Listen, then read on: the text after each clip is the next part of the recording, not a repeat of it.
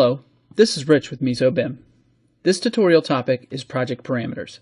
This course is considered beginner level. You will learn in this topic project parameters and creating project parameters. Parameters are used to define and modify elements, as well as to communicate model information and tags and schedules. You can create custom parameters for a project and for any element or component category in the project. Some parameter classifications in Revit include family parameters, project parameters, shared parameters, and global parameters. Project parameters are added to elements by assigning them to multiple categories of elements, sheets, or views.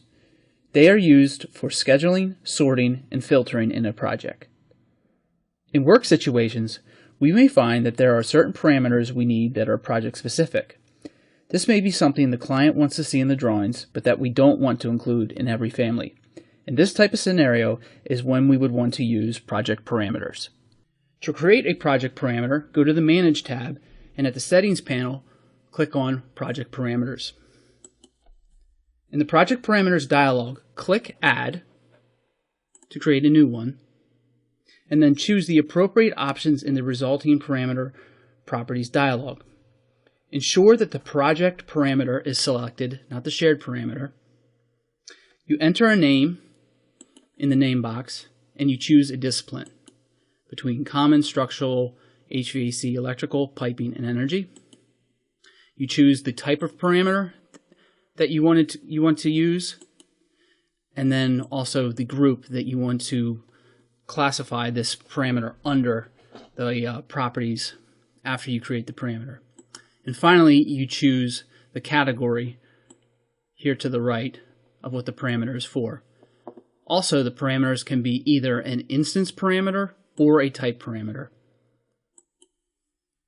As an example, if you wanted to create a project parameter called room type, you're going to type room type,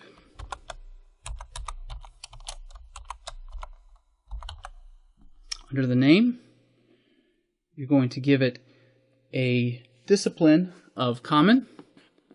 You're going to give a type and group type to text. So the type of parameter will be indicated as text, and you will group the parameter under the classification of text.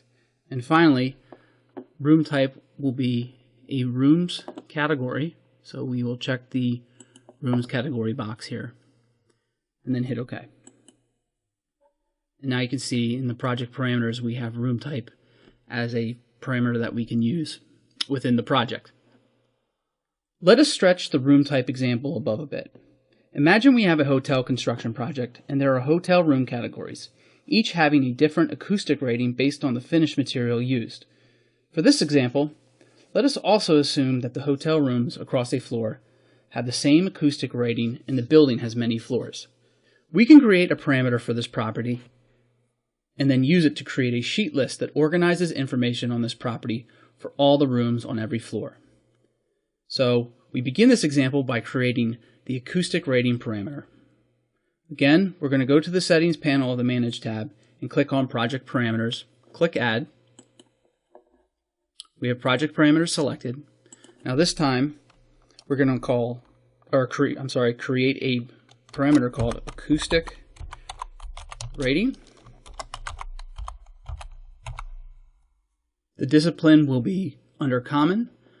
Type of parameter, we'll change that to text again. Now the group parameter under, we're going to put in identity data.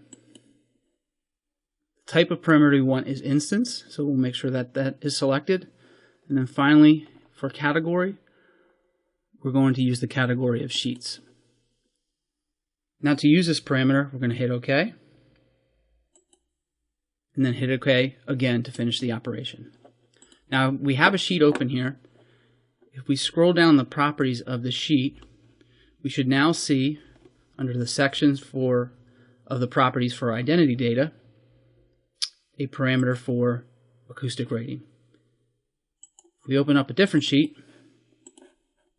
that same property will be listed in its properties under identity data as well. Now for this example, we can assume the ratings for the acoustics range from AR-01 to AR-10. so we enter one of these for every sheet. Now that the acoustic parameters have been added to the sheet, we can move forward and sort these sheets into a sheet list. First, we create a sheet list. To do this, let's click on the Schedules drop-down arrow in the Create panel of the View tab. Create panel, Schedules, and we'll create a sheet list. On the Sheet List Properties dialog, click on the Fields tab. From the Available Fields list on the left, select and add Acoustic Rating to the Schedule fields. So find Acoustic Rating, add that to Schedule fields. And in addition, we will also add sheet number and sheet name. Next, we will modify some of the options in the Sorting Grouping tab to better format the sheet list. One way to use the options here is to tell Revit to sort the sheet list by acoustic rating first, and then sort by the sheet number. So first we'll go to the Sorting Grouping tab,